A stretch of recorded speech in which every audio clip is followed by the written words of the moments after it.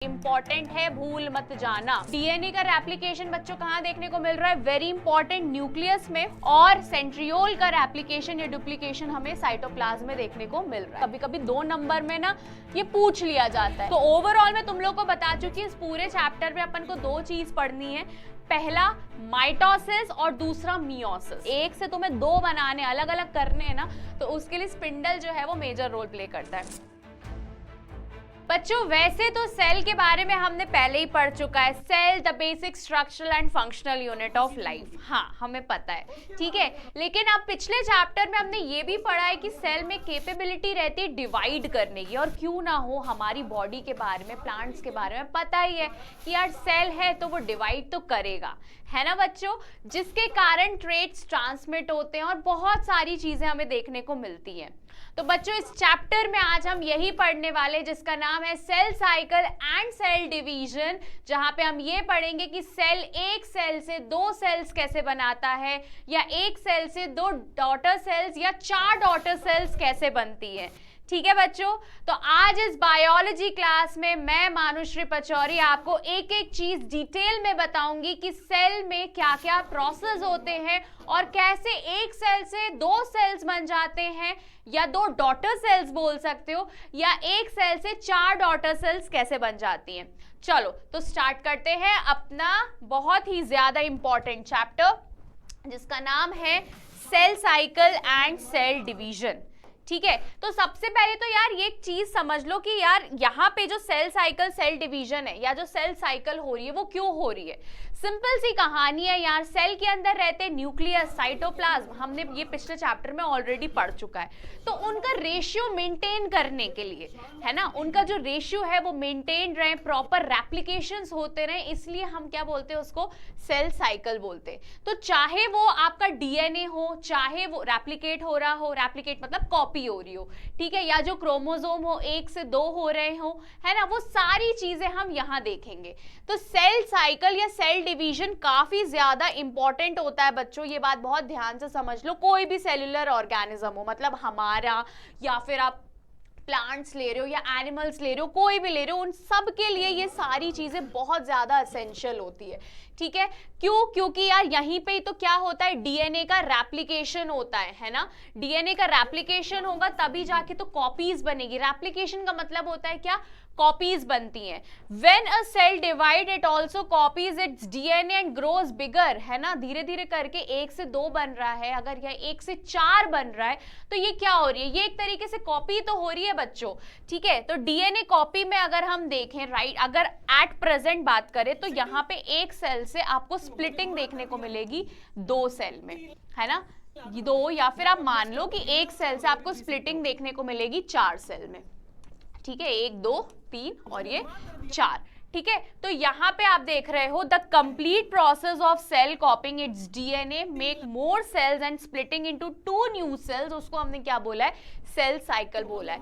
1 number में definition पूछी जा सकती है स्कूल में वैसे, तो तुम लोग लिख सकते हो कि मैम डीएनए की कॉपी होती है ना, जिसके कारण स्प्लिट होके 2 नए सेल्स बन जाते हैं या 2 से ज्यादा सेल्स बन जाते हैं, तो उसको अपन क्या बोलते हैं, सेल साइकिल। तो ये डेफिनेशन है, चाहो तो आप लोग लिख सकते हो बच्चों, है ना। ये अपना इंट्रोडक्शन पार्ट है कि यार सेल साइकिल होता क्या है। तो ओवरऑल मैं तुम लोग को बता चुकी हूँ, इस पूरे चैप्टर में अपन को 2 चीज पढ़नी है। पहला माइटोसिस और दूसरा मियोसिस। क्या होता है, वैसे तो 9th क्लास में हमने थोड़ा बहुत पढ़ा है इसके बारे में, बट कोई दिक्कत नहीं, अगर नहीं भी याद है तो यहाँ इस पूरी क्लास में तुम्हें सब क्लियर हो जाएगा। ठीक है, तो चलो बढ़ते हैं आगे अपन। तो यार फेजेस ऑफ सेल साइकिल, कौन कौन से फेजेस होते हैं। सबसे पहले तो एक बात ये समझो कि जैसे अगर तुम्हें कहीं जाना है, तुम्हारी डेट है ना, तुम्हारी डेट है, तो सबसे पहले ना, अगर बहुत ब्लाइंड डेट है, पहले वो तो काफी ज्यादा एक्साइटिंग हो जाती है ब्लाइंड डेट, लेकिन अगर नॉर्मल डेट है, पहचान वाला ही इंसान है, तो सबसे पहले तुम लोग क्या करोगे, प्रिपरेशन करते हो, है ना, प्रिपरेशन करते हो। ये तो हमें पता है कि यार मान लो 2 दिन बाद डेट है, तो आप 2 दिन पहले से ही कैसे हो जाओगे, कपड़े सेलेक्ट करोगे, लोकेशन सोचोगे कि क्या होगी, थोड़ा सा एक्साइटमेंट बढ़ता है ना। अब भले उस डेट पे जाके क्या हो रहा है वो उसका कोई अंदाजा नहीं है, बट उसकी प्रिपरेशन सबसे ज्यादा टाइम टेकिंग होती है। अब वहां जो होगा सो एक अलग कहानी है।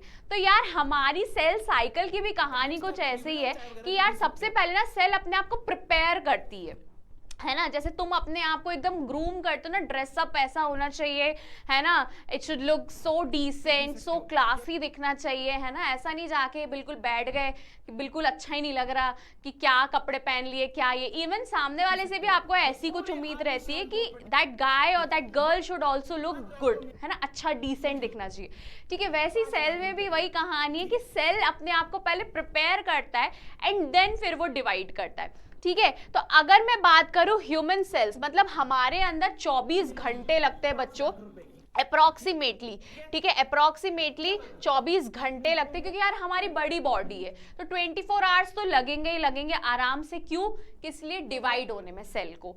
लेकिन अगर मैं बैक्टीरिया या फिर यीस्ट की बात करूं तो यार इनमें सिर्फ और सिर्फ 90 मिनट्स में सब खत्म हो जाती कहानी, सारी कहानी 90 मिनट्स में खत्म हो जाती है, ठीक है। ह्यूमन सेल्स की मैं बात करूं हमारे अंदर, तो यार आपसे पूछा जा सकता है 1 मार्क में कि यार हमारे अंदर कितना टाइम लगता है डिवाइड होने में, तो तुम बोलोगे 24 घंटे approximately, but when it comes to yeast, yeast की कहानी अगर हो जाती है तो यार उनमें लगते हैं सीधे सीधे 90 मिनट, ठीक है। तो जैसा कि मैंने बताया प्रेपरेशन एंड ऑल, है ना, ये सारी चीजें चलती है, तो वो यहीं पे ही अभी हम देखेंगे। तो यार 2 पार्ट्स में डिवाइडेड है ना, 2 पार्ट्स में डिवाइडेड है। पहला मैं बोल रही हूँ एम फेज, एम फेज जहाँ पे डिवीजन होता है ना, मतलब कि अभी ये प्रिपरेशन नहीं है, प्रिपरेशन होगी, प्रिपरेशन की डिटेलिंग है नेक्स्ट स्लाइड में, इसलिए पहले मैं अभी ये बता देती हूँ कि एम फेज क्या होता है, जहां तुम डेट पे गए, जैसे तुम डेट पे तो चलेगा, तैयारी अभी पीछे पढ़ेंगे अपन तैयारी के बारे में, तुम डेट पे गए, तुमने कॉफी बुलवाई, खाना वाना सब खाया,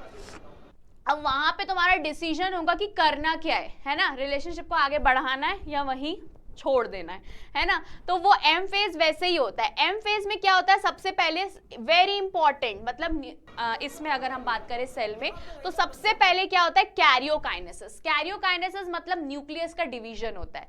पहले न्यूक्लियस अलग होंगे बच्चों और फिर साइटोप्लाज्म अलग होता है। मान लो ये एक सेल है ना, अब ये एक सेल है तो इसमें मान लो ये 2 जो है जेनेटिक पार्ट है, तो पहले सबसे पहले क्या अलग होगा, इनका जेनेटिक पार्ट अलग होगा, फिर उसके बाद इनके जो है ये वाला साइटोप्लाज्म वाला पार्ट अलग होके 2 अलग अलग सेल्स बनाएगा, 2 या फिर 4, ठीक है। तो इसलिए मैं ऐसी नॉर्मल बता रही हूँ आपको कि आपको पता चले कि हाँ कुछ इस तरीके से जो है हमें देखने को मिलता है। तो सबसे पहले क्या अलग होता है, सबसे पहले बच्चों न्यूक्लियस अलग होता है नंबर 1 पे, और उसके बाद उनके क्या होते हैं, साइटोप्लाज्म अलग होते हैं।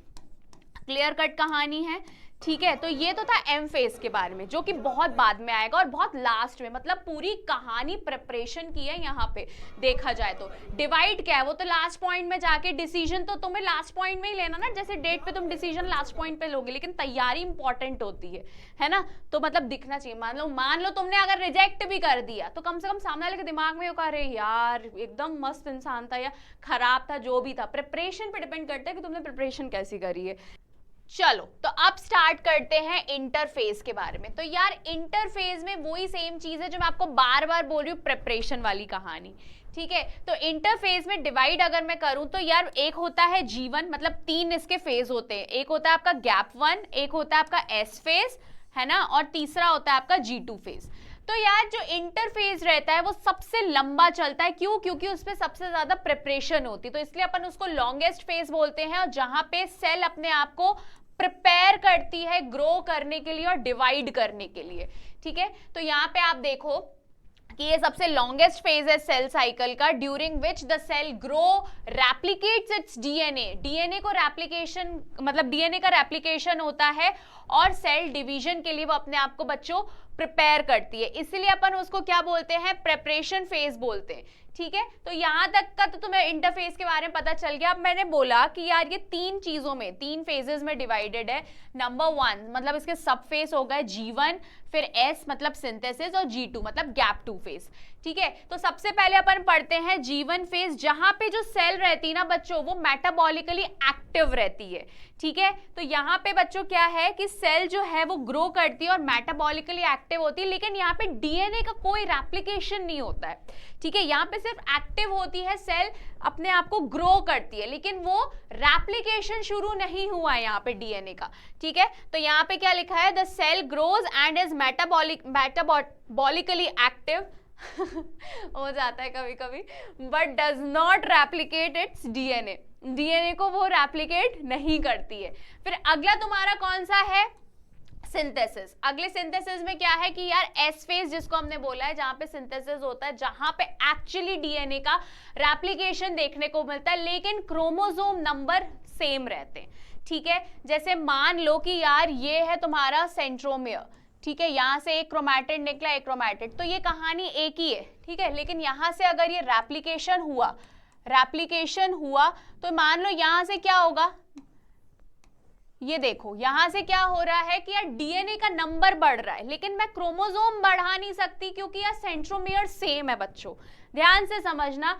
अगर मान लो कि यहां से मैं बोल रही हूं कि यार एक और बन गया, यहीं इसी के बाजू में एक और बन गया, तो मैं बोलूंगी कि यार क्रोमोसोम नंबर डबल हो गए। लेकिन यार यहाँ पे तो सिर्फ एक ही बन रहा है ना, तो बन एक ही रहा है, तो मतलब कहानी क्या हो रही है कि यार एक से जब ये दो, मतलब एक सेंट्रोमियर एक ही है, एक से और साइड में आपके क्रोमैटिड्स और निकल रहे, यहाँ पे क्रोमैटिड जैसे एक था यहाँ से दो हो गए, तो यार यहाँ पे क्या हो रहा है, क्रोमोसोम का नंबर नहीं बढ़ रहा है, यहाँ पे डीएनए का रेप्लिकेशन हो रहा है, ठीक है। तो यहाँ पे ये चीज याद रखना कि सिंथेसिस फेज में क्या रहता है, when the DNA replication happens, doubling the amount of DNA पर सेल, है ना। हर सेल में क्या होता है, डीएनए का रेप्लिकेशन होता है बच्चों, क्रोमोसोम का नहीं। Despite DNA doubling the chromosome number remain same as in जीवन, जो जीवन में था, है ना, जो अभी अपन पढ़ चुके, उसमें मान लो एक ही था तो एक ही रहेगा, डबल नहीं होगा। आईएमपी है, ये इंपॉर्टेंट है, भूल मत जाना और कंफ्यूजन मत क्रिएट करना, ठीक है। अगर सेंट्रोमियर एक है तो एक ही क्रोमोसोम है, अगर दो अलग अलग हैं, ठीक है, तो कहानी अलग हो जाती है कि हाँ ये एक क्रोमोसोम है और एक ये क्रोमोसोम है, ठीक है। कहाँ चीजें ही गिर रही हैं मेरे हाथ से आज। चलो अब मैं बात करती हूँ एनिमल सेल में। In animal cell during the S phase DNA replication begins in the nucleus, nucleus के अंदर डीएनए का रेप्लिकेशन देखने को मिलेगा और सेंट्रियोल का डुप्लीकेशन हमें साइटोप्लाज्म में देखने को मिलेगा, ठीक है। तो डीएनए का रेप्लिकेशन बच्चों कहाँ देखने को मिल रहा है, वेरी इंपॉर्टेंट, न्यूक्लियस में, है ना, न्यूक्लियस में देखने को मिल रहा है, और सेंट्रियोल का रेप्लिकेशन या डुप्लीकेशन हमें साइटोप्लाज्म में देखने को मिल रहा है, ठीक है। अब आती है G2 फेज। तो यार G2 फेज में क्या रहता है, प्रोटीन का सिंथेसिस होता है, वेरी इंपॉर्टेंट, जहां पे आप ये बोलते हो कि यार जो डीएनए में प्रोटीन्स वगैरह रहते हैं उसका सिंथेसिस कौन से फेज में देखने को मिलता है, गैप 2 फेज में देखने को मिलता है। कभी कभी ऐसा होता है ना बच्चों कि यार कभी कभी सेल का मन ही नहीं होता है डिवाइड करने का, है ना। ऐसा है कि यार अभी तक तो मैंने ये बताया कि सेल डिवाइड हो रही है ना, सेल 1 से 2 बनाने की कोशिश कर रही है, प्रिपरेशन, जैसे तुम भी प्रिपरेशन कर ही रहे हो, लेकिन जैसे जैसे करके वो टाइम पास पे आता है, एक टाइम ऐसा आता है मन नहीं कर रहा यार, रहने देते हैं, थोड़ा रुक जाएं क्या, या बहुत जल्दबाजी तो नहीं हो रही डेट करने में, ऐसा लगता है, सेकंड थॉट सबके माइंड में आते हैं, है ना। फिर उसके बाद आप थोड़े टाइम के लिए क्या कर देते हो, अपनी प्रिपरेशन को रोक देते हो, है ना, थोड़े टाइम के लिए पॉज कर देते हो, लेकिन फिर आपके दोस्त लोग कॉल करके बोलते हैं अरे चली जा, चला जा, क्या ही है, क्या ही होना है, ज्यादा ज्यादा एक्सेप्ट करना होगा या ज्यादा ज्यादा रिजेक्ट करके आओगे, यही सब बातें होती है ना।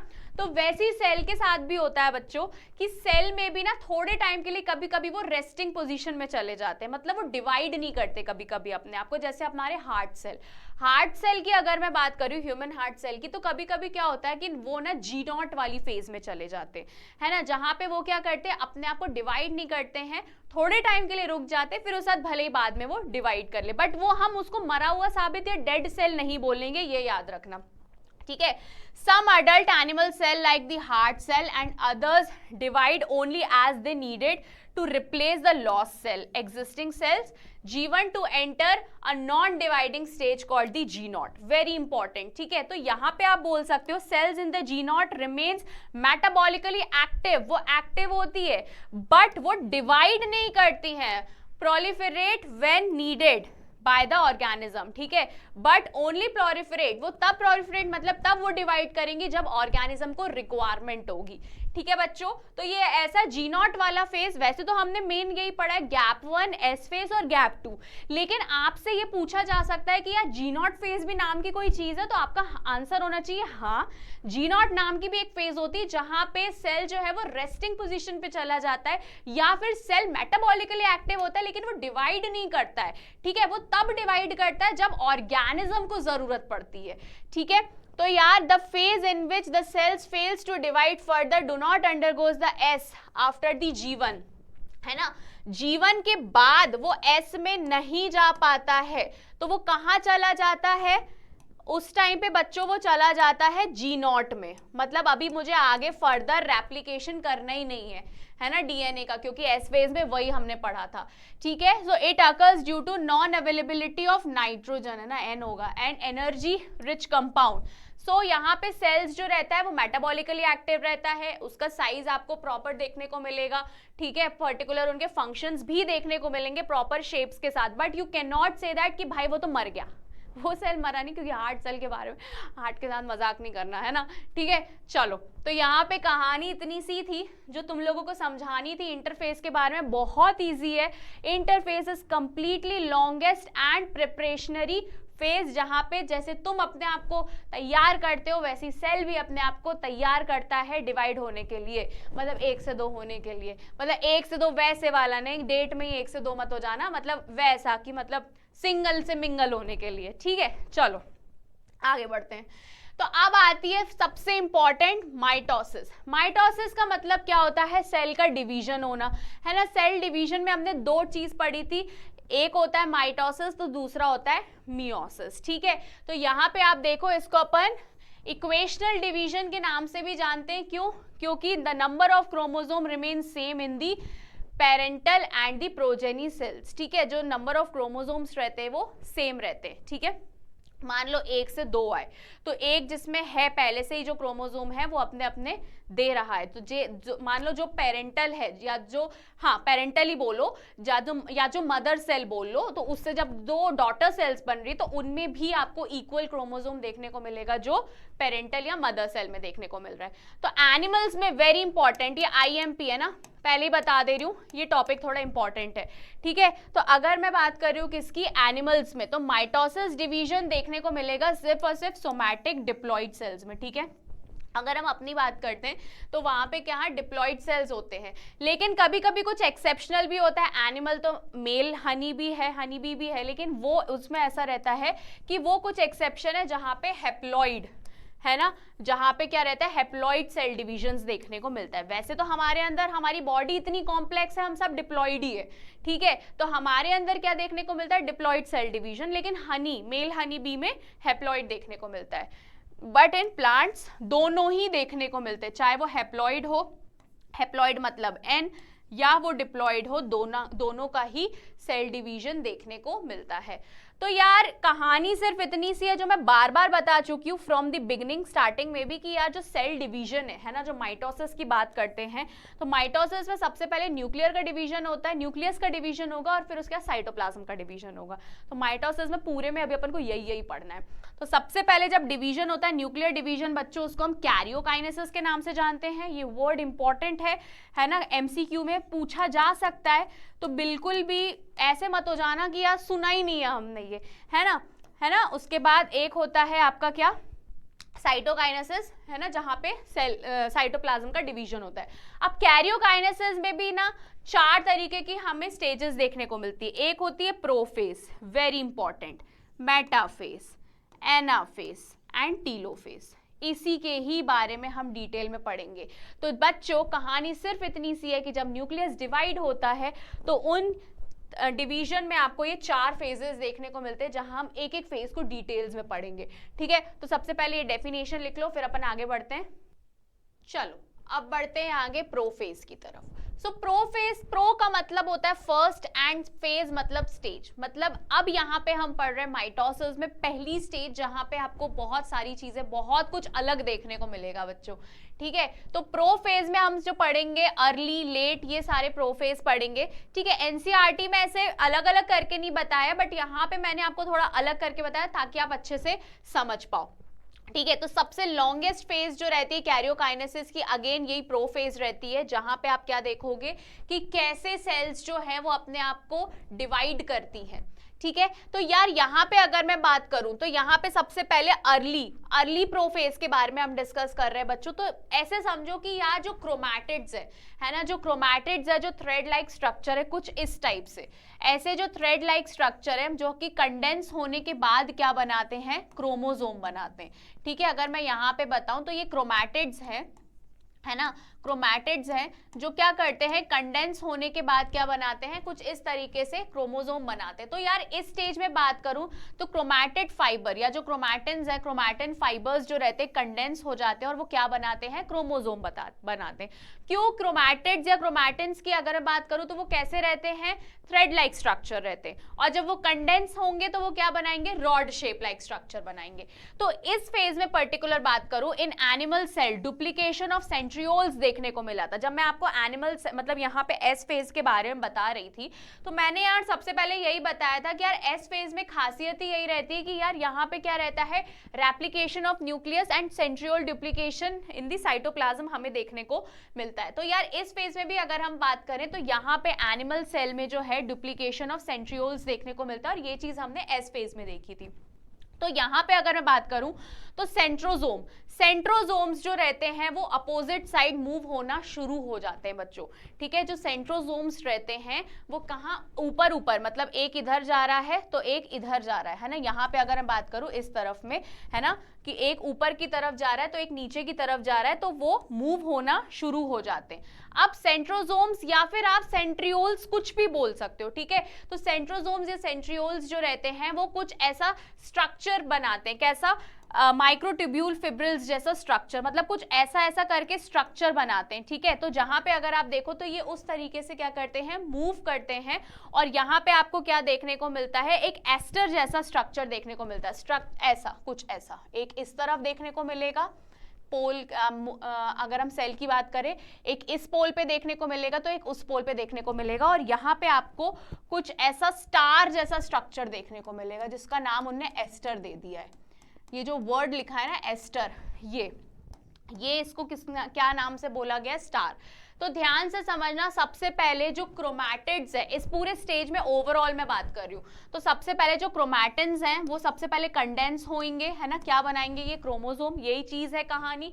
फिर उसके बाद यहाँ पे अगर मैं बात करूँ, जो सेंट्रोमियर्स हैं या जो सेंट्रियोल्स है वो एक एक पोल, एक ऊपर की तरफ तो एक नीचे की तरफ चले जाएंगे, और ऐसे कुछ एस्टर जैसा, मतलब स्टार लाइक स्ट्रक्चर, आसपास ऐसे व्हील जैसा स्ट्रक्चर बना लेते हैं, ठीक है, जिसको हमने क्या बोला है बच्चों, एस्टर बोला है। तो यहाँ पे लेट प्रोफेज में वही कहानी है जो मतलब मैं ऑलरेडी आपको पहले बता चुकी हूँ कि यार यहाँ पे ना स्पिंडल फाइबर्स स्टार्ट अपीयरिंग, आपको क्या देखने को मिलेगा, स्पिंडल फाइबर जैसा स्ट्रक्चर, मतलब ऐसा अटैचमेंट, ऐसा कुछ देखने को मिल जाएगा, ठीक है। तो स्पिंडल फाइबर की मैं बात कर रही हूँ यहाँ पे, तो spindle poles are formed without aster in the plant cell and with aster in the animal cell, क्योंकि हमने पढ़ा है यार कि ये जो सेंट्रियोल्स है ये कहाँ देखने को मिलते हैं, हमें एनिमल सेल में देखने को मिलते हैं। लेकिन जैसे ये प्रोफेज खत्म होगा, मतलब जो पहला स्टेज खत्म होता है ना, तो हमने न्यूक्लियस में, मतलब हमने सेल में क्या क्या पढ़ा है यार, हमने सेल में एंडोप्लाज्मिक रेटिकुलम, गोल्जी बॉडी, ये सब कुछ पढ़ा है पिछले चैप्टर में। लेकिन जैसे ये प्रोफेज का स्टेज खत्म होने वाला रहता है ना, ये सारी चीजें क्या हो जाती, हट जाती हैं, है ना। तो जितनी भी न्यूक्लियोलस या जितनी भी सेल ऑर्गेनीज है वो प्रोफेज के खत्म होते होते, मतलब प्रोफेज जैसे ही खत्म हुआ ये सारी चीजें खत्म हो जाती है, और मेन जो चीज बचती है ना वो ये स्पिंडल्स होते हैं।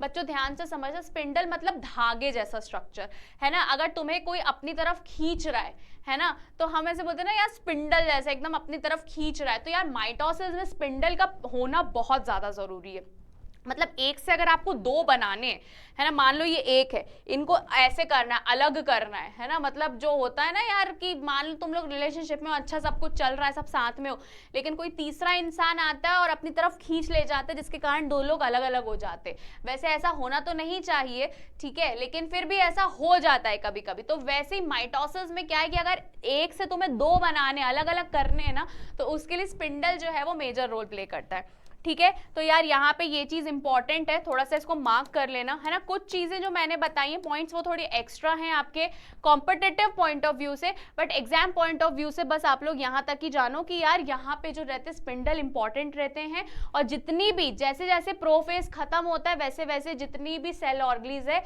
वो सब हट जाती हैं, ठीक है। तो यहाँ पे आप देखो, आगे बढ़ते हैं अपन नेक्स्ट में, ठीक है। मेटाफेज, मेटाफेज सेकेंड स्टेज रहती है जहां पे ना लेट जाते हैं, ये जो आपके जो क्रोमोसोम बन रहे हैं ना, ये आगे कैसे हो जाते हैं, स्प्रेड हो जाते हैं सेल में। मान लो ऐसे है ये, है ना, ये यहाँ एक आके ऐसे लेट जाएगा, है ना, तो दूसरा ऐसे आके ये लेट जाएंगे, है ना, एकदम ये अरेंज हो जाएंगे, इक्वेटोरियल प्लेट जिसको अपन बोलते हैं, बीच में अरेंज होना, मतलब ऐसे है तो ये ऐसे ऐसे, मान लो एक ये सर्कल है तो यहाँ बीच में आके ना इस जगह पे लेट जाते हैं क्रोमोसोम। और ऊपर तो तुम्हें ये एस्टर दिख ही रहा है ना, ये है तुम्हारा एस्टर, और ये है अच्छे खासे स्पिंडल दिख रहे हैं, ध्यान से समझ में आ रहा है। तो ये जो दिख रहा है वो एस्टर है ना, और ये जो दिख रहा है तुम्हें जो धागे धागे जैसे, इसको अपन ने क्या बोला है बच्चों, स्पिंडल बोला है। तो यहाँ पे आप देखो कि spindle fibre attach to the chromosome kinetochore, kinetochore के बारे में मैंने बताया था कि यार एक ये जो गोल सा रहता है, फिर यहाँ से तुम्हारे न्यूक्लियस रहते हैं, तो बाहर जो रहता है प्रोटीन की कवरिंग रहती है, उसको अपन ने क्या बोला है, काइनेटोकोर बोला है।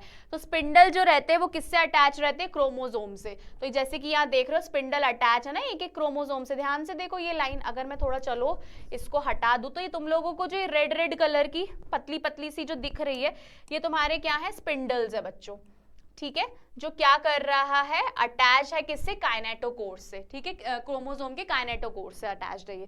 सो chromosome move to the spindle equator and aligning along the metaphase plate via spindle fibre, ठीक है। तो आप ध्यान से देखो तो कुछ इस तरीके से ये बीच में आ गए, है ना, ये एकदम बीच में आ गए, जिसको हमने क्या बोला है, स्पिंडल इक्वेटर के नाम से हम जानते हैं, या फिर मेटाफेज प्लेट के नाम से भी हम इसको बोलते हैं, via spindle fibre, spindle fibre attached है तो एकदम भी बीच में आ गए, ठीक है। तो एक बार इसको नोट डाउन करो, फिर आगे अपन बढ़ते हैं। अब यहाँ पे तो कहानी थी कि यार यहाँ पे ये लेटे हुए थे, है ना, स्पिंडल फाइबर इनको पकड़े हुए थे, अभी तक कुछ अलग नहीं हुआ है, लेकिन अब कहानी आ गई है कि यार लोगों ने मिसअंडरस्टैंडिंग क्रिएट तो कर दी है, अब होंगे दो लोगों में झगड़े और होंगे वो अलग, ठीक है। तो ये अलग होने वाली कहानी हमें देखने को मिलती है बच्चों एनाफेज में, ठीक है।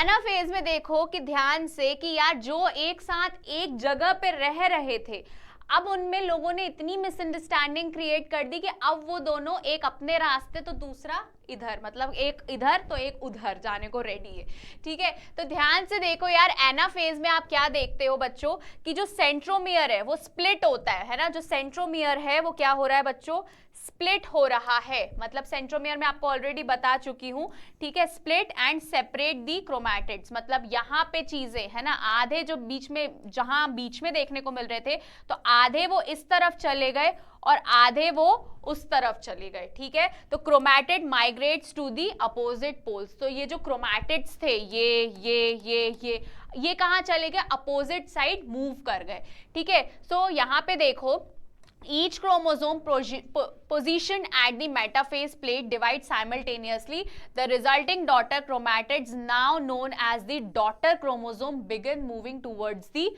opposite pole.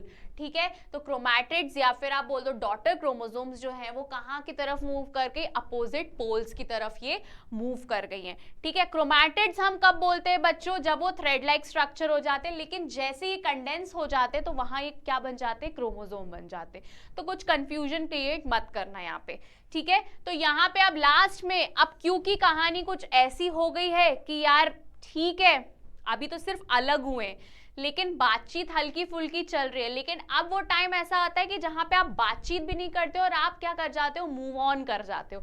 ठीक है, तो यहाँ पे आ जाती है अपनी टीलोफेज। ठीक है, तो टीलोफेज में अगर मैं बोलूं कि यार ये अपनी खुद की आइडेंटिटी खो देते हैं क्रोमोसोम, है ना। जैसे कि आप लोग में भी ये चीज होती होगी कि यार अगर रिलेशनशिप में लड़ाई झगड़े हो गए तो अपनी आइडेंटिटी खो देते हो। कैसे खो देते हो कि आपको खुद को नहीं पता रहता कि आप क्या बोल रहे हो, क्या समझ रहे हो, है ना। जो पहले अंडरस्टैंडिंग हुआ करती थी वो अब एकदम मिसअंडरस्टैंडिंग में बदल गई है। ठीक है, तो वैसे ही इन क्रोमोसोम्स के साथ भी रहता है बच्चों कि chromosomes that have reached to the poles becomes less condensed and lose their distinct structure, है ना। जैसा तुम लोगों को स्ट्रक्चर मैंने यहाँ दिखाया था, है ना, वैसा ये स्ट्रक्चर अब तुम लोगों को यहाँ देखने को नहीं मिल रहा है। ठीक है, तो ये कैसे हो जाते हैं, क्रोमोसोम जो रहते हैं कैसे हो जाते हैं, अपनी आइडेंटिटी खो देते हैं। Chromatin material tends to gather at each pole. तो यहाँ पे क्या देखने को मिल रहा है, chromosome assemble around the opposite spindle poles losing their individual identity. ठीक है, तो ये एक यहाँ आ गया क्रोमोसोम तो दूसरा वहां आ गया, लेकिन इंडिविजुअल आइडेंटिटी कुछ भी नहीं बची है बच्चों, ध्यान से देखो।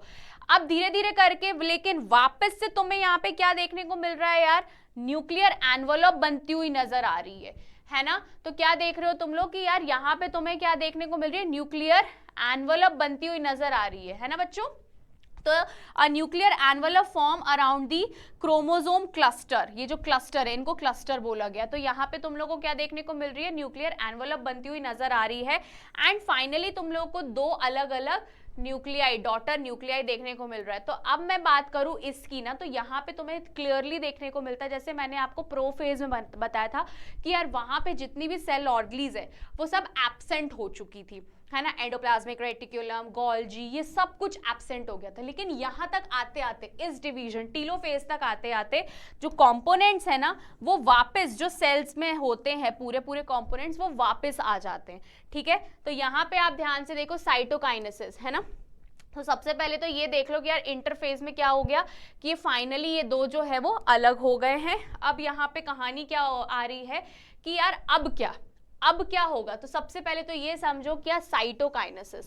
तो साइटोकाइनेसिस की अगर बात करूं तो साइटोकाइनेसिस का मतलब यही होता है जहां पे किसका डिवीजन होता है, प्रॉपर आप देखो साइटोप्लाज्म का। तो अभी यहां तक कहानी तो ये थी कि न्यूक्लियाई डिवाइड हो रहा है ना, मतलब यहाँ पे एक न्यूक्लियस हो गया, यहाँ पे एक न्यूक्लियस हो गया। लेकिन अब मैं बता रही हूँ किसके बारे में आपको, साइटोप्लाज्म के बारे में। तो साइटोप्लाज्म भी डिवाइड होगा। तो साइटोप्लाज्म जब डिवाइड होगा तो देखो आपको प्रॉपर दो डॉटर सेल, सबसे पहले जब ऐसे खींच के अलग करोगे ना, ऐसे जब खींच के अलग करते हो तो जब खींच के अलग करते हो सबसे पहले न्यूक्लियस अलग होता है एंड देन फिर फाइनली उनका जेली लाइक स्ट्रक्चर जिसको अपन ने साइटोप्लाज्म बोला था वो अलग होता है।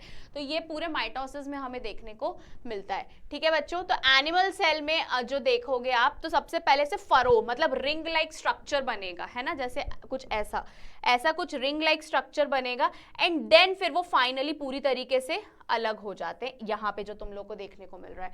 ठीक है, तो फिर वो क्या बनाएगा, क्योंकि वो सेल है तो यार एनिमल सेल है तो प्लाज्मा मेम्ब्रेन होगी, और अगर वो प्लांट सेल है तो प्लाज्मा मेम्ब्रेन के बाद फिर वो एक और नया लेयर बनाएगा, है ना, जिसको अपन ने या मेम्ब्रेन बनाएगा जिसको हमने सेल वॉल बोलते। ठीक है, तो यहाँ पे दो पार्ट्स में डिवाइड हो गया साइटोप्लाज्म, मतलब कि दो डॉटर न्यूक्लियाई, ये जो बनी है ना ये डॉटर सेल्स है, इसको अपन डॉटर सेल्स या डॉटर न्यूक्लियाई के नाम से भी जानते हैं। ठीक है, तो यहाँ पे देखो एक से शुरुआत हुई थी, करते करते करते करते बच्चों दो में डिवाइड हो गई है। ठीक है, तो प्लांट सेल में वॉल फॉर्मेशन स्टार्ट्स, है ना, देखने को मिल रहा है वॉल फॉर्मेशन, जिसको हमने क्या बोला है, सेल वॉल के नाम से जानते हैं। ठीक है, तो यार यहाँ पे सेल के आसपास एक प्लेट बन जाती है, जैसे प्लाज्मा मेम्ब्रेन तो ठीक ही था लेकिन प्लांट सेल में सेल वॉल बन जाती है।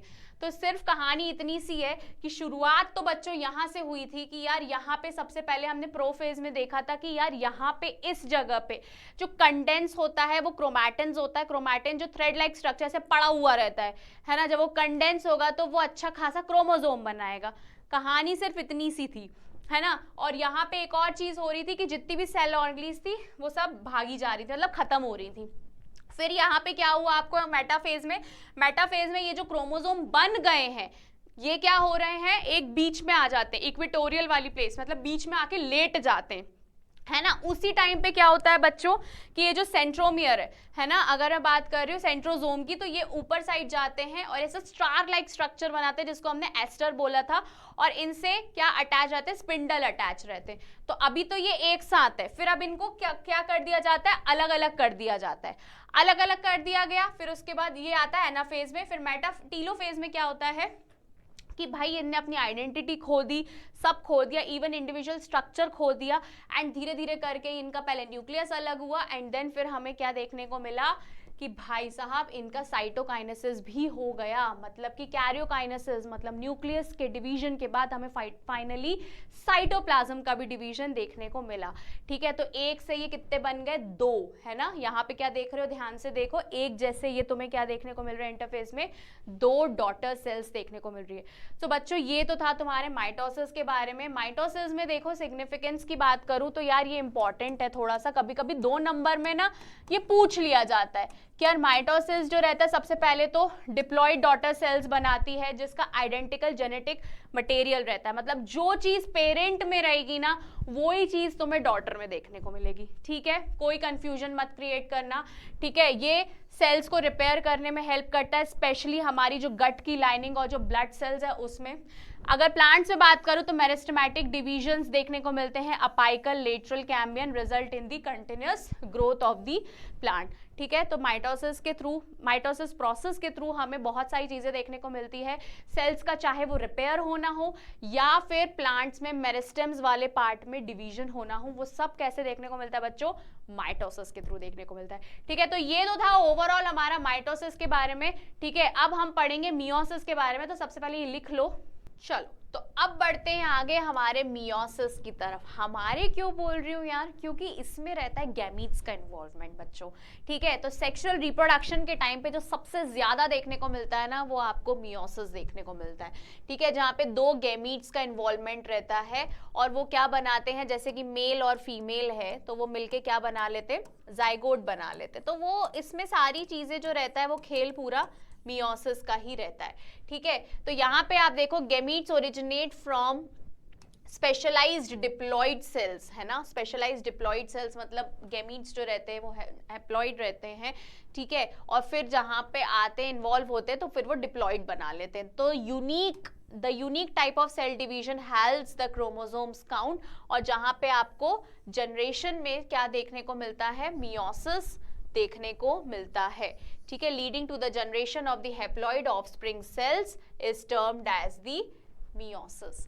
ठीक है, तो यार यहाँ पे जो सारी चीजें हैं तो ये मियोसिस के बारे में, जहाँ पे आप इवेंट्स देखोगे, जो ओवरऑल मैं बताना चाह रही हूँ, जो चीजें अपन जो कवर करने वाले हैं बच्चों, वो ये करेंगे कि यार यहाँ पे जो रहेगा न्यूक्लियर और सेल डिवाइड करेंगे। ठीक है, और 2 स्टेजेस में देखने को मिलेगा, पहला है तुम्हारा मियोसिस 1, तो दूसरा है मियोसिस 2। ठीक है, मियोसिस 1 और मियोसिस 2 देखने को मिलेगा, single cycle of DNA replication.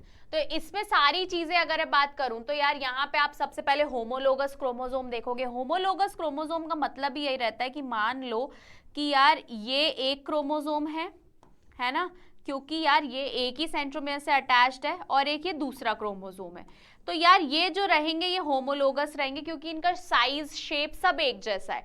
ठीक है, और क्योंकि ये और ये सेम है तो इसको अपन सिस्टर बोलेंगे, सिस्टर क्रोमैटिड्स, और ये भी सिस्टर है ना। क्यों, क्योंकि यार ये एक ही सेंट्रोमियर से अटैच्ड है। लेकिन अगर मैं इन दोनों की बात करूं तो यार क्योंकि इनके सेंट्रोमियर अलग अलग है तो मैं क्या बोल देती हूँ इसको, नॉन सिस्टर, है ना। तो यार यहीं पे ही कुछ कहानी ऐसी ना जहां पे तुम लोगों को कुछ अलग फॉर्मेशन में देखने को मिलेगा कि यार इन्हीं में ही तो कहीं एक्सचेंज हो रहा है ना। तो यार जो कंडेंस क्रोमोसोम्स हैं, है ना, जो कंडेंस क्रोमैटिन्स हैं वो क्रोमोसोम बनाएंगे, फिर वो पास आएंगे, पास आने के बाद बहुत कुछ होएगा, वो मैं आगे बताऊंगी। ठीक है, तो यार यहाँ पे जो 2 चीजें होती है ना, 2 मतलब कि क्या, हमें किस फॉर्म में देखना है कि पहला जो रहेगा वो मियोसिस 1 रहेगा, तो दूसरा हमारा मियोसिस 2, ये 2 स्टेज में देखने को मिलेगा। ठीक है, तो यार 4 हैप्लॉइड सेल्स, आखिरी में मियोसिस 2 के बाद तुम्हें 4 हैप्लॉइड सेल्स मिलेंगे, ऐसे 1 2 3 4, जैसे कि तुम्हें माइटोसिस में 2 देखने को मिल रहे थे, वैसे मियोसिस में तुम्हें 4 हैप्लॉइड सेल्स देखने को मिलेंगे एट द लास्ट, एकदम लास्ट में मियोसिस 2 जब हो जाएगा। ठीक है, तो यहाँ पे मियोसिस 1 में प्रोफेज 1 है ना, मेटाफेज 1, एनाफेज, टीलोफेज सब 1 1 और इन सब में 2 2 देखने को मिलेगा। ठीक है, तो स्टार्ट करते हैं सबसे पहले अपन मियोसिस 1 में, जहां पे आपको 4 सब फेसेस देखने को मिलेगा। 4 कौन कौन से? पहला आ गया तुम्हारा क्या, leptotene, zygotene, pachytene, diplotene and diakinesis. ठीक है, तो यार डाइकाइनेसिस तो बाद में देखेंगे। सबसे पहले प्रोफेज में क्या होता है, या प्रोफेज में ना 3 मेजर चीज देखने को मिलेगी। ठीक है, 3 मेजर चीज क्या क्या देखने को मिलेगी? पहला, condensation of chromatid into chromosome. मान लो ऐसा ये थ्रेड लाइक स्ट्रक्चर है ना, ये कंडेंस होके क्या बनाएगा? क्रोमोसोम का फॉर्मेशन कर लेगा। ठीक है, कहानी सिर्फ इतनी सी है।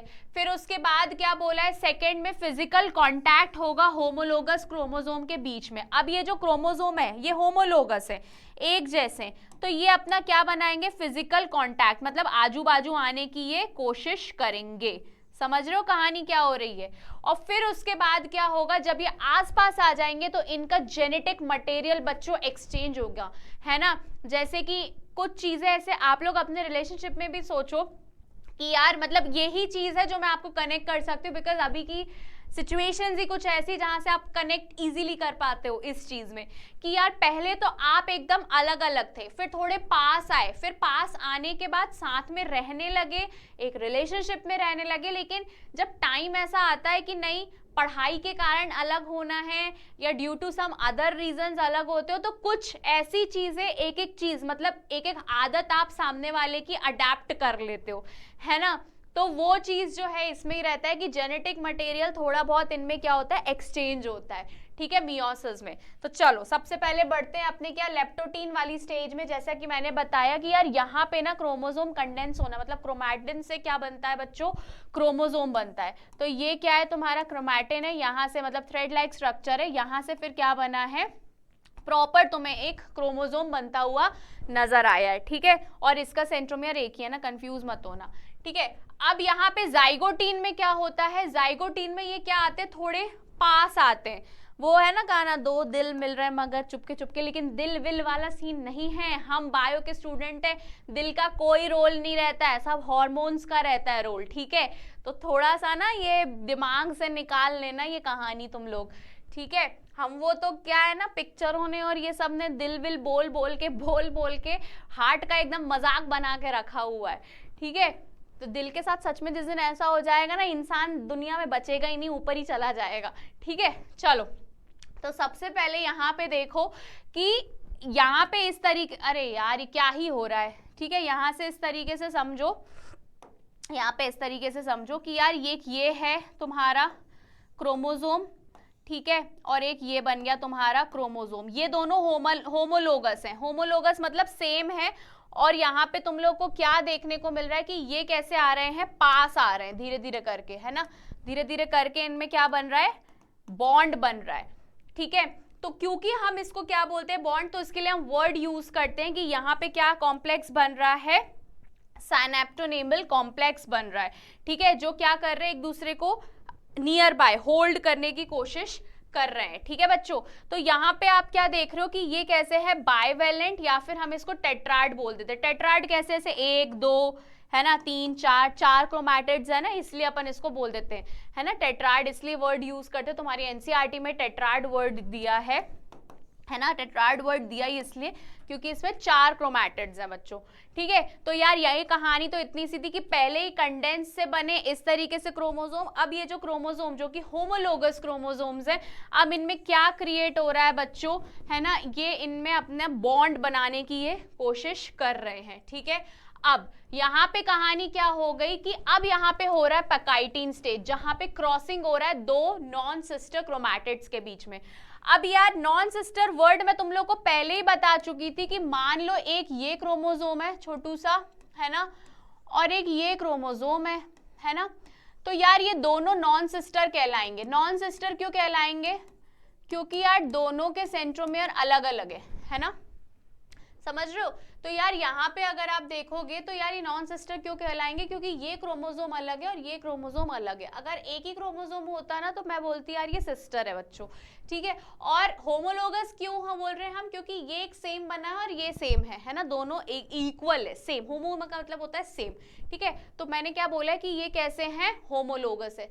अब यहाँ पे क्या हो रहा है, चीजें एक्सचेंज होनी शुरू हो गई है, ठीक है। तो यहाँ पे क्या मैं बताना चाह रही हूँ, क्या चीजें एक्सचेंज होनी शुरू हो गई है, मतलब कि इनने क्या करा है, डीएनए अपना या जेनेटिक मटेरियल इनने एक्सचेंज किया। और ये एक्सचेंज ऐसा नहीं होता है कि मन चाहा तो हो गया, ठीक है। जैसे तुम लोग भी है ना कि यार जो चीज एक्सचेंज हो रही है ऐसा थोड़ी ना है कि मतलब आप कोई चीज अपनी शेयर कर रहे हो, है ना, आप अपनी इश्यूज शेयर कर रहे हो या अपनी खुशी शेयर कर रहे हो, वो किस लिए शेयर कर रहे हो, बिकॉज ऑफ द बॉन्ड, क्योंकि आप एक मतलब आप रिलेशनशिप में हो, किसी मतलब रिलेशनशिप में शायद तभी कर रहे हो, ऐसे कोई स्ट्रेंजर से थोड़ी ना अपनी प्रॉब्लम्स बताना शुरू कर देगा, ठीक है। तो यहाँ पे भी वही चीज है, जब क्रॉसिंग होती है तो वो एक एंजाइम्स के थ्रू होती है, जिसको हमने क्या बोला है, रिकॉम्बिनेज, है ना बच्चों।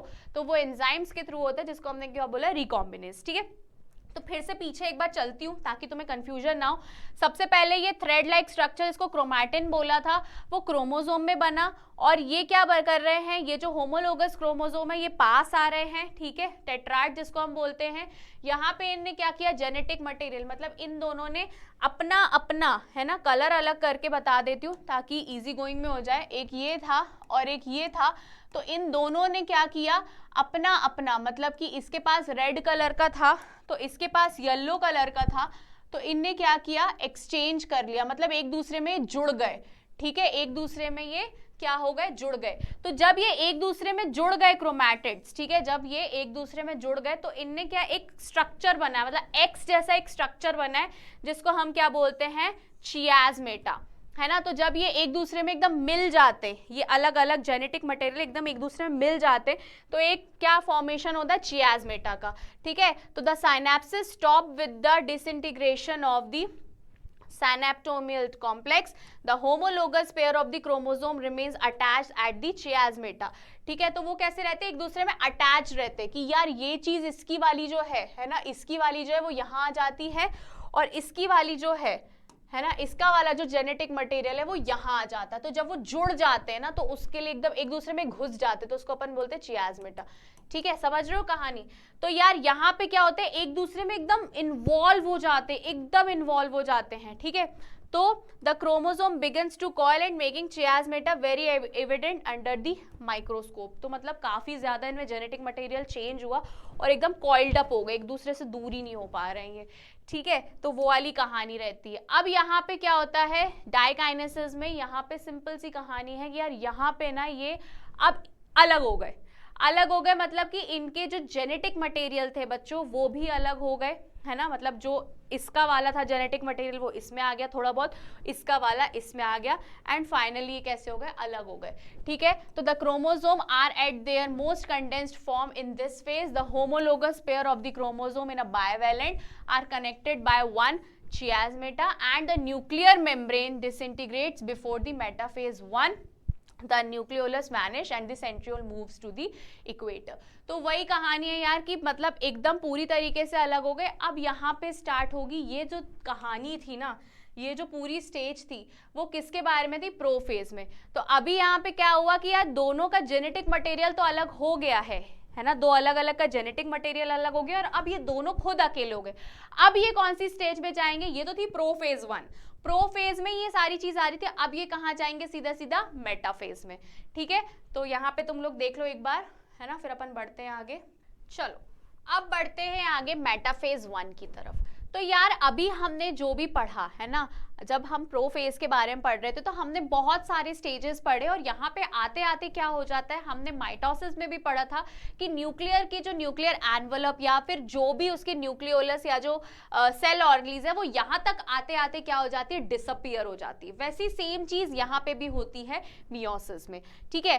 अब यहाँ पे मेटाफेज 1 को समझने के लिए सबसे पहले मैं क्या बताना चाहती हूँ तुम लोग को, ये डायग्राम। तो प्रोफेज में अगर तुम्हें ध्यान हो तो हमने क्या किया था, होमोलोगस जो अपने क्रोमैटिड्स थे या क्रोमोसोम्स थे, हमने उनमें क्या करवाया था, जेनेटिक मटेरियल का एक्सचेंज करवाया था।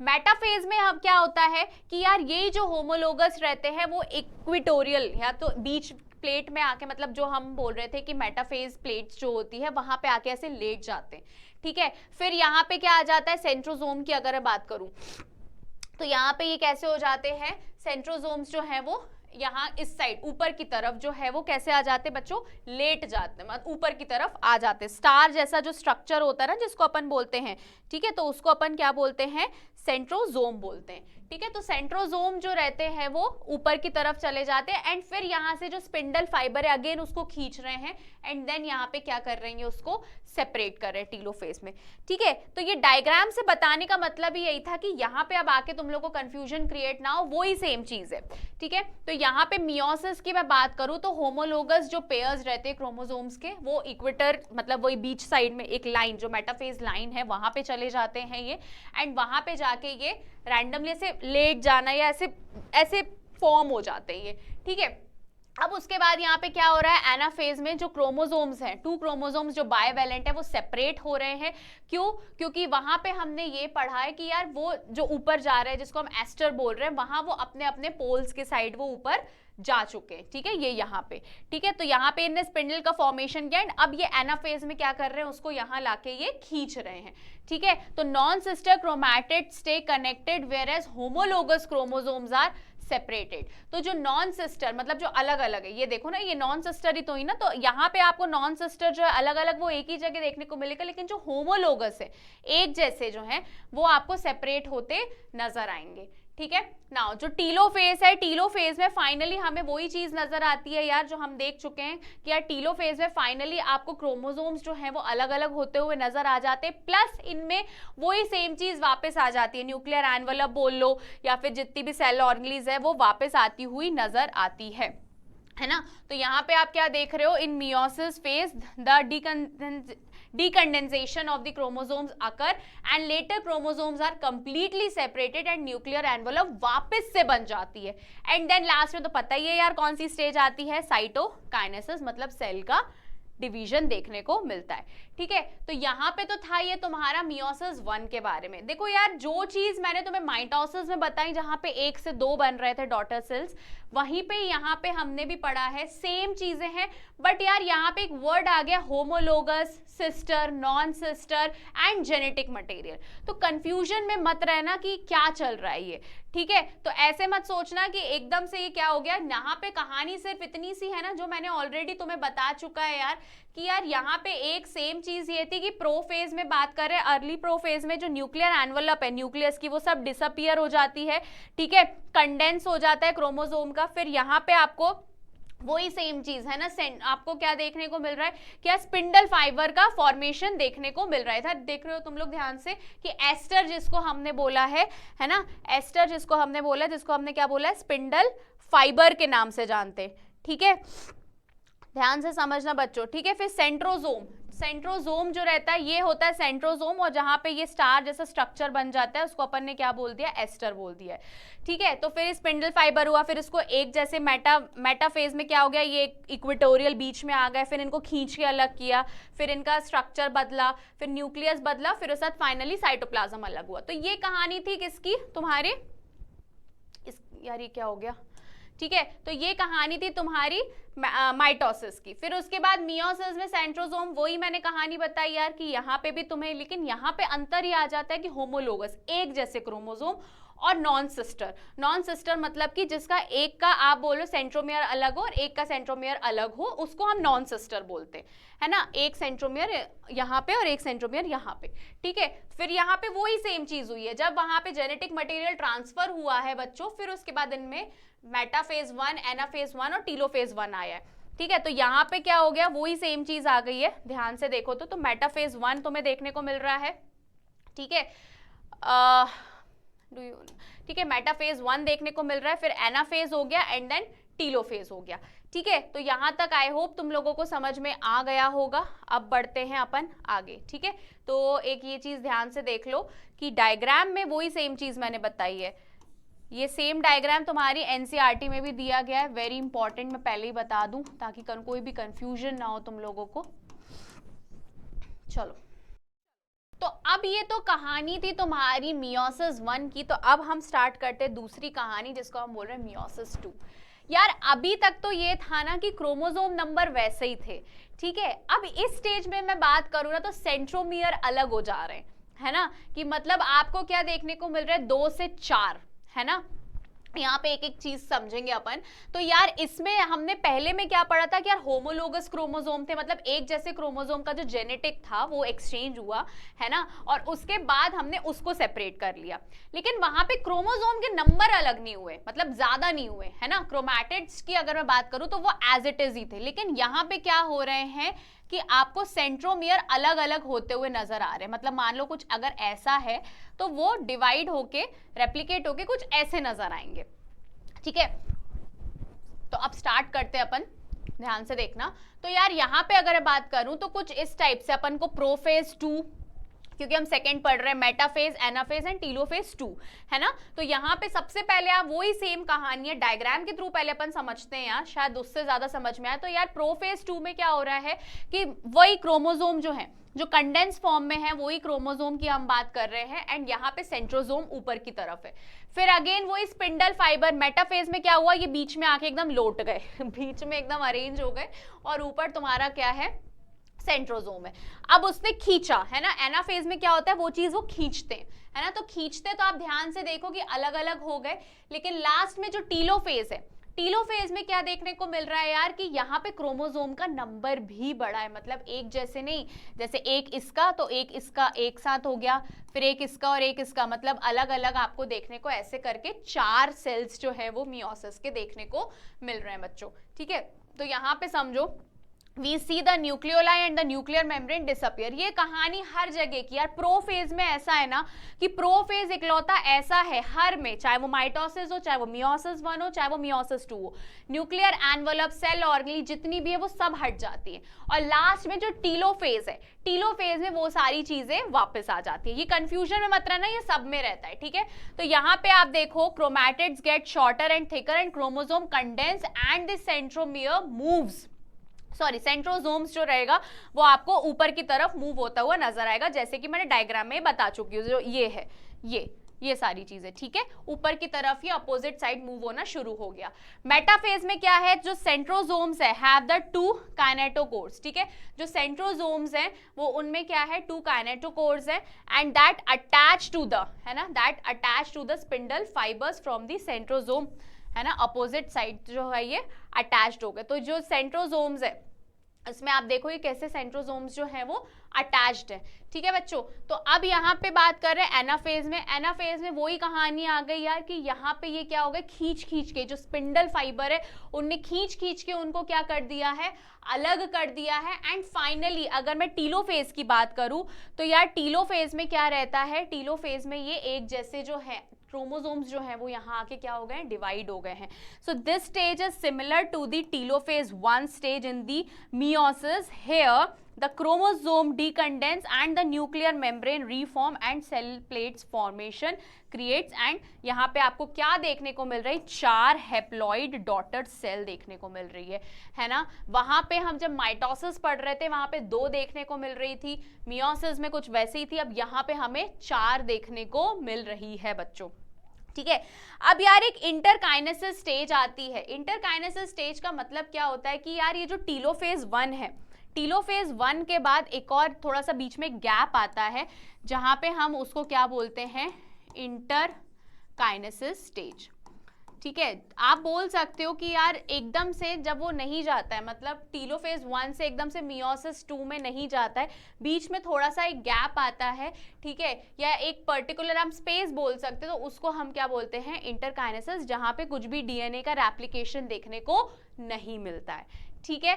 तो यहां तक तो थी कहानी तुम्हारी इसकी, है ना, टीलोसिस 2, टीलोफेज 1, टीलोफेज 2 की कहानी हो गई, ठीक है। तो यहाँ पे आई होप आपको समझ में आ जाएगा कि यार माइटोसिस में 2 सेल्स बनते हैं बच्चों, मियोसिस में 4 बनते हैं, ठीक है। तो अब यहाँ पे सिग्निफिकेंस की मैं बात करूँ तो यार सिग्निफिकेंस में देख लो कि यार ये गैमीट्स जो रहते हैं वो एसेंशियल रहते हैं, ठीक है, सेक्सुअल रिप्रोडक्शन के लिए, है ना। क्रॉसिंग ओवर हमने देख लिया, न्यू रिकॉम्बिनेंट ट्रेड्स हमें देखने को मिल रहा है, maintenance of the chromosome number of sexual reproducing organism and provide the evidence of the basic relationship of the organisms, ठीक है। तो ये बेसिक रिलेशनशिप क्या है ऑर्गेनिज्म का, उसका प्रूफ दे देता है यार ये, है ना, सेक्सुअल रिप्रोडक्शन में काम आता है, मतलब बहुत सारे इसकी सिग्निफिकेंस है, ठीक है।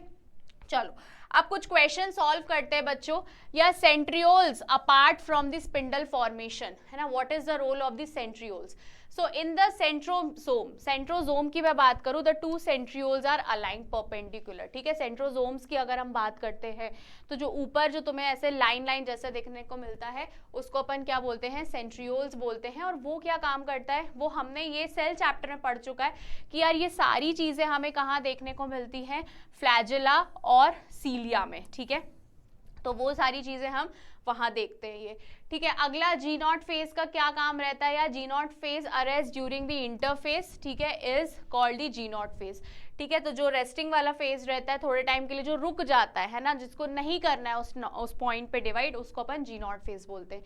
फिर यार डेफिनेशन ऑफ सेल साइकिल बता ही चुकी हूँ यार, कि जब सेल डिवाइड करते हैं उनके न्यूक्लियस और साइटोप्लाज्म डिवाइड होते हैं, और डिवाइड होकर जब दो डॉटर न्यूक्लियाई बनाते हैं बच्चों, उसको अपन क्या बोलते हैं, सेल साइकिल। कैसे वर्क करता है, सीधी सी कहानी है यार, कि मतलब डिवाइड तो करेगा ही, ग्रो करेगा, रेप्लिकेट करेगा, फिर उसके बाद भी ये पहले अपने आप को प्रिपेयर करता है ना। जब सेल साइकिल हो रही होती है, सेल डिवाइड हो रहा होता है, सबसे पहले वो 95% हम ये बोलते हैं, पहले वो अपने आप को तैयार करेगा, तब जाके फिर वो क्या करता है, डिवाइड करता है।